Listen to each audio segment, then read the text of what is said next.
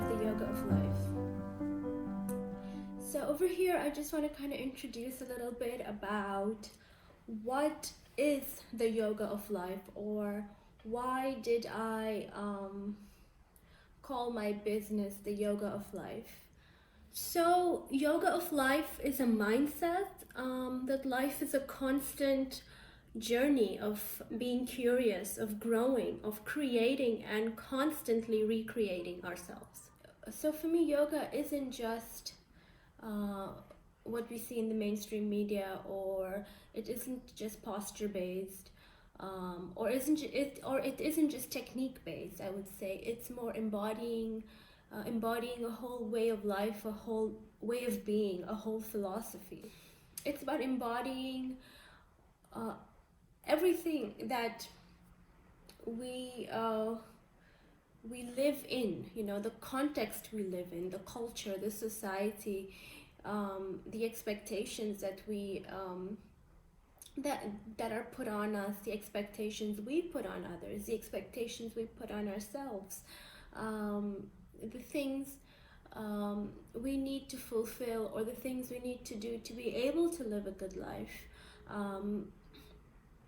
Our core values that we pull from, what our meaning maps are based on. And when we go through life transitions, because life is a constant transition, life is a constant change. So when we go through change and transition, how do we reassess and reorient our values and our meaning maps, and what in our resources do we pull from? And also, how do we connect to our felt sense? How do we go back inside of us and check with ourselves whether where we are in life is in alignment with where we are in our bodies? Is there a disconnect or a connection? Are we connected to the greater organisms around us? And by that I just don't mean different people, but with nature, with the seasons of change, in our own bodies, with the developmental stages that we are in at the moment in life. So it's basically integrating all of that. So it's also processing all the emotions that come up when things are in flux, and when we're going through life transitions. There's a lot of emotional stuff that was kind of settled, which kind of comes up when the pot is stirred.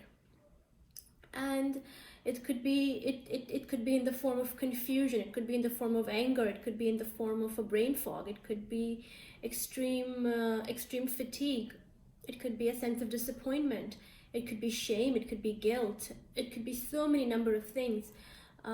It could be emotions that have masked themselves as something else. So it could be fear, which could be masked as anger.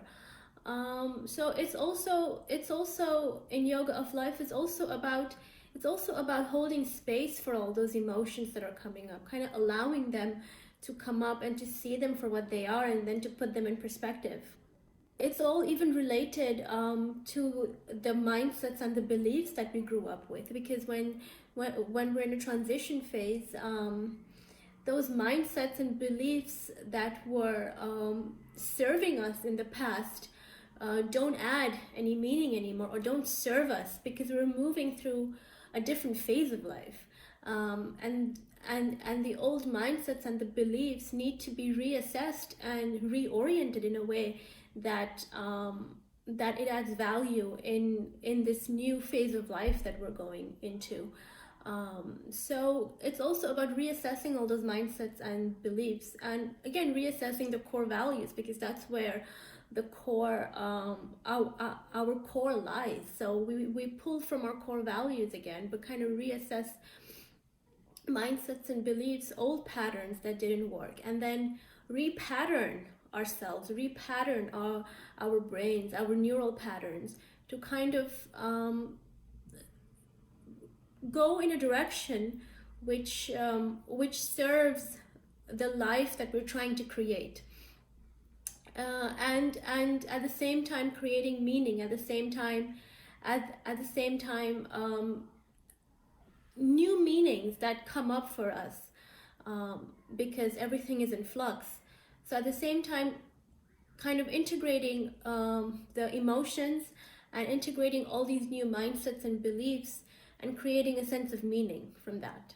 And for me,